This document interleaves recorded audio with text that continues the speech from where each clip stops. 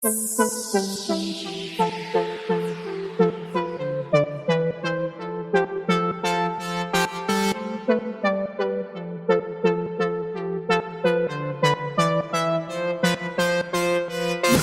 guys, what's up? Welcome to another episode of Cougar House Garage. Today we're kind of doing something different than all the fabrication work with the cross members and the 1/4" plate.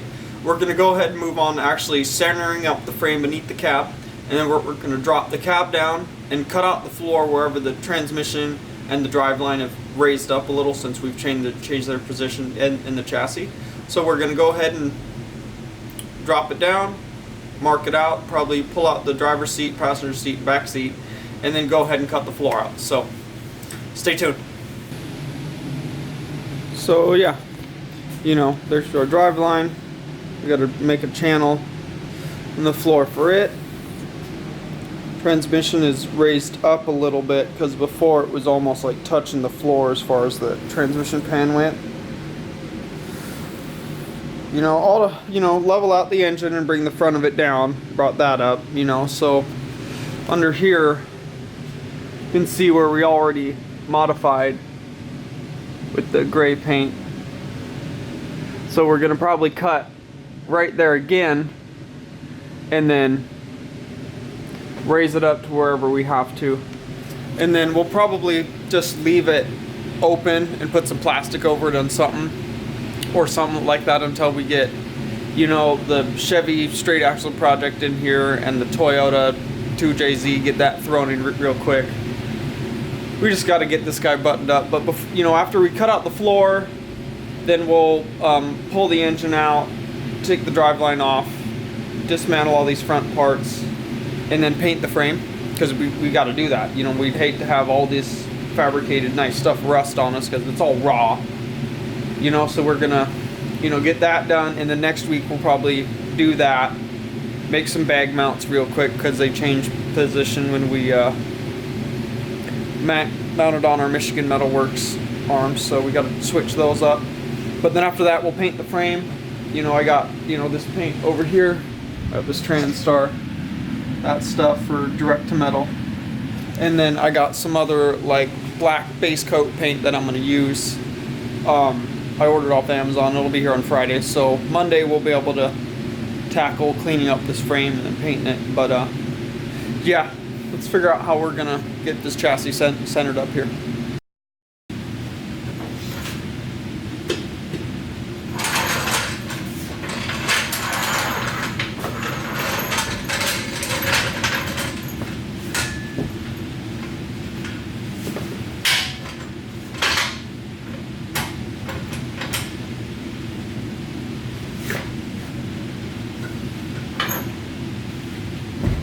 Watching Soar videos this morning. Soar, you gotta say it the European accent. Soar, the saw. But I was watching these guys. They pretty much just bolt in, man. It's ridiculous. They just go right in.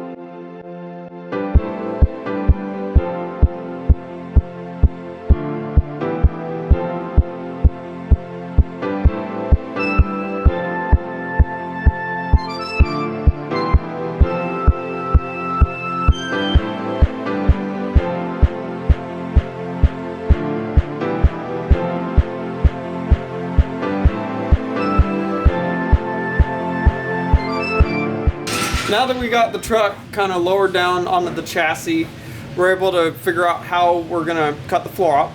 So what we're gonna do first here is go ahead and pull out the seats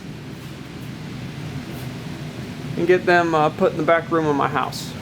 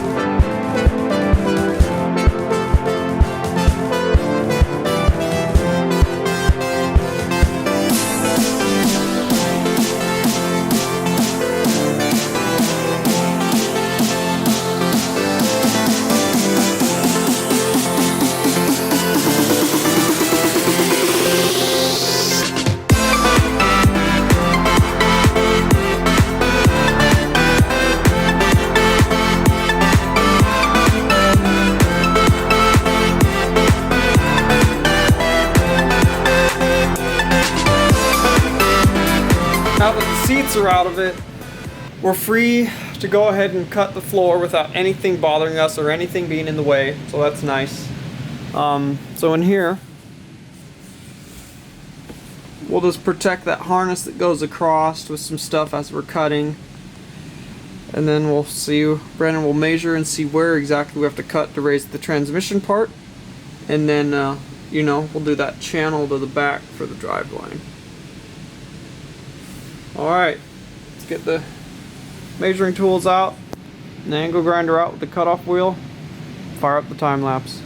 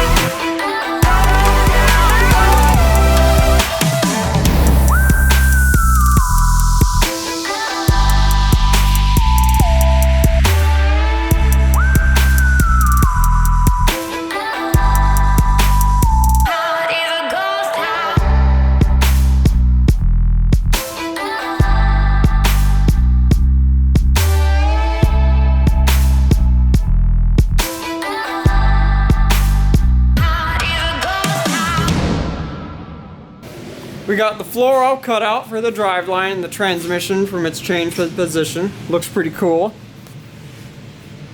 Pretty much, you know, like I was saying, where your feet are gonna go is where the hump's gonna be, and then that back piece there is beneath the back seat. But the carrier bearing part was touching the bottom of the floor. Killer, guys. That's exactly what we need to do, so we can, when we come back to the floor, we'll sheet metal that piece in. Make a square piece back there, and then just add side pieces to raise the transmission piece up. Successful afternoon. The truck lined up, set back on the chassis.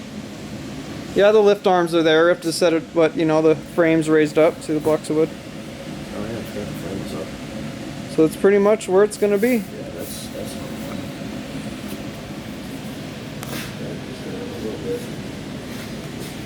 Awesome. We haven't seen this cab down like this for a while, so it's pretty cool to see it down. Tight like a tiger. You can see from the body line here, you know, we just only have to go down, what, an inch? And then that'll be totally on the frame, so. Alright, awesome, guys. Killer, guys. We got the Ford Super Duty cab dropped onto the frame, and then we measured out where we had to cut the floor for the transmission and the driveline since they got repositioned. And then we cut the floor out for the driveline, cut around the transmission tunnel itself so the top of it's still there, so we just have to raise it up and then add side pieces in when we do the tunnel for the driveline.